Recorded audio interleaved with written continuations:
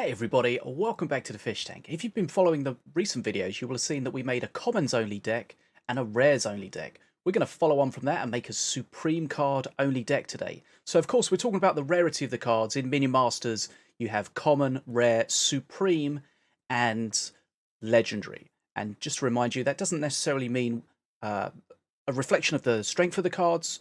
The more rare a card is, generally the more unique it is. So just because you have a lot of Supremes or Legendary cards in a deck doesn't necessarily mean it's going to be a strong deck. Okay, so let's have a look what I've put together here. So one thing I want to show first of all is the new Diona skin. This is a great looking Diona skin that's available in the current Battle Pass. Slitheress Diona, and of course we have the accompanying Ruffles skin. Ruffles and Diona, a great combination, a master I really like to play, but it's not the easiest master. A lot of people have trouble with her, so maybe we can make some videos and that can help you guys along there. So anyway, let's have a look at the deck that we've made today. So again, if you type Supreme in your deck collection search bar, you will see all of the Supreme cards you have. So I've built a deck here, and we'll go through it and we'll have a look at it in action. So the first card we've got here is a Rocket Scrat. Very great card. Played a lot, cheap, good horde clear, and of course it does have some bridge grabbing capabilities.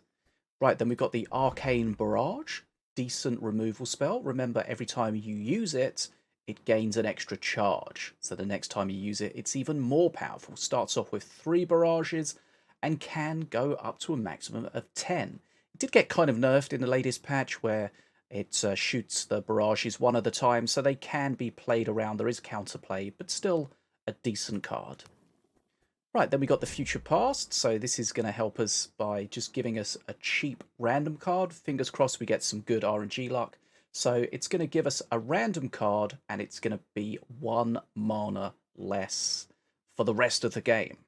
So ideally you want these cards, the Future Past and potentially the Future Present, in a cheap deck so you can cycle as quickly as possible to get that mana saving as often as you can. Next up we have the Cursebearer, so a little tanky guy, and of course the Curse is really good at dealing with big minions.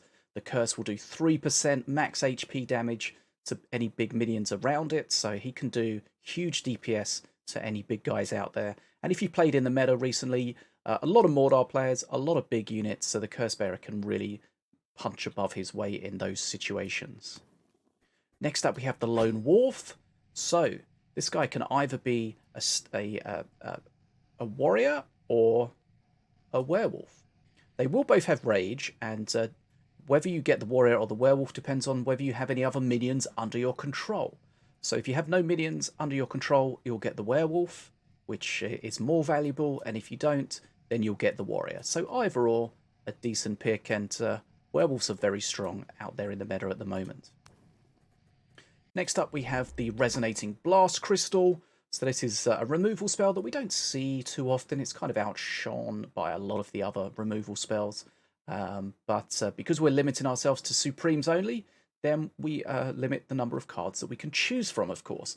So this is a 4 mana removal spell. It will do 100 damage. If you already have a Blast Crystal in play from a previous one, then it will effectively cost you 1 more in the form of a mana freeze, but they will both explode. So some definite value potential using that. Right, Blastmancer, of course he's really good anti-horde. Not necessarily great in the current meta with a lot of big units, but if you play him sensibly and appropriately, you can generally get a decent amount of value from him. Right, then we have the Buggy. So this is ranged Scrat, and this is going to be great if we can get it set up behind some kind of solid tank. Now we're not playing a Scrat only deck, so I don't think we have any chance of getting the Scrat Swarm bonus. So no marksmanship for the Buggy, but we do like the DPS that's going to give us. A couple more cards.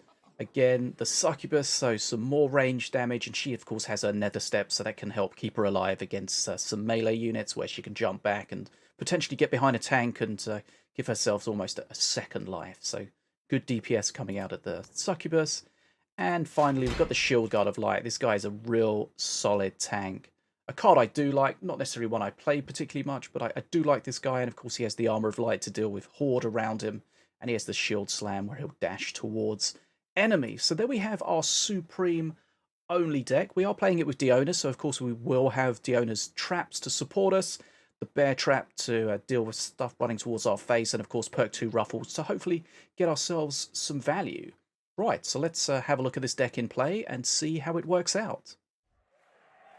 Okay, here we go. So, awkwardly, my teammate from the previous game with the bad name is now my opponent with a bad name. But let's have a look. So, our teammate is playing Setsu. We're against Milloween and Morelia. Got to try to handle Veilstalker at the bottom there. So, I've used my Future Past. You can see the bottom there. Again, my deck's at the bottom right. It's given us a 6 mana Last Stand, which isn't incredible, but it's okay. Generally, I like cheaper cards from the future, get that cycle going, but there we go.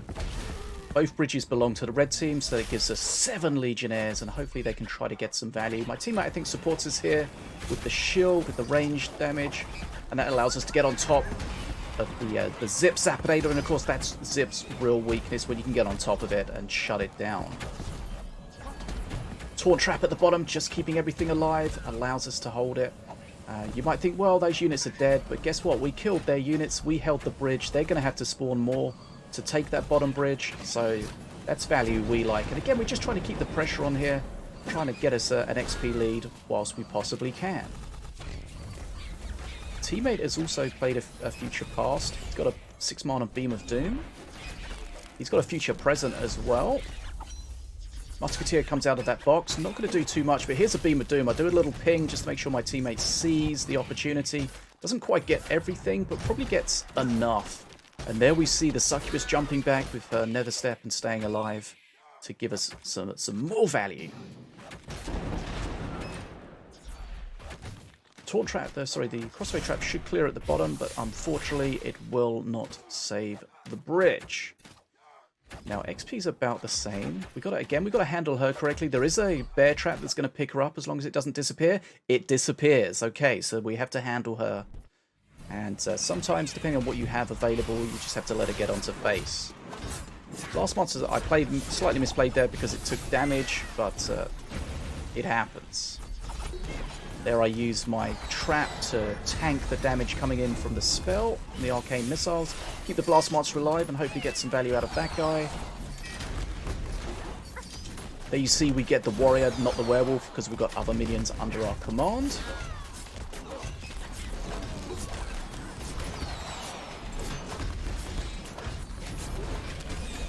Resonating Blast Crystal getting good value at the bottom there. There was a healing shrine, so we shut that down. That really stops their push.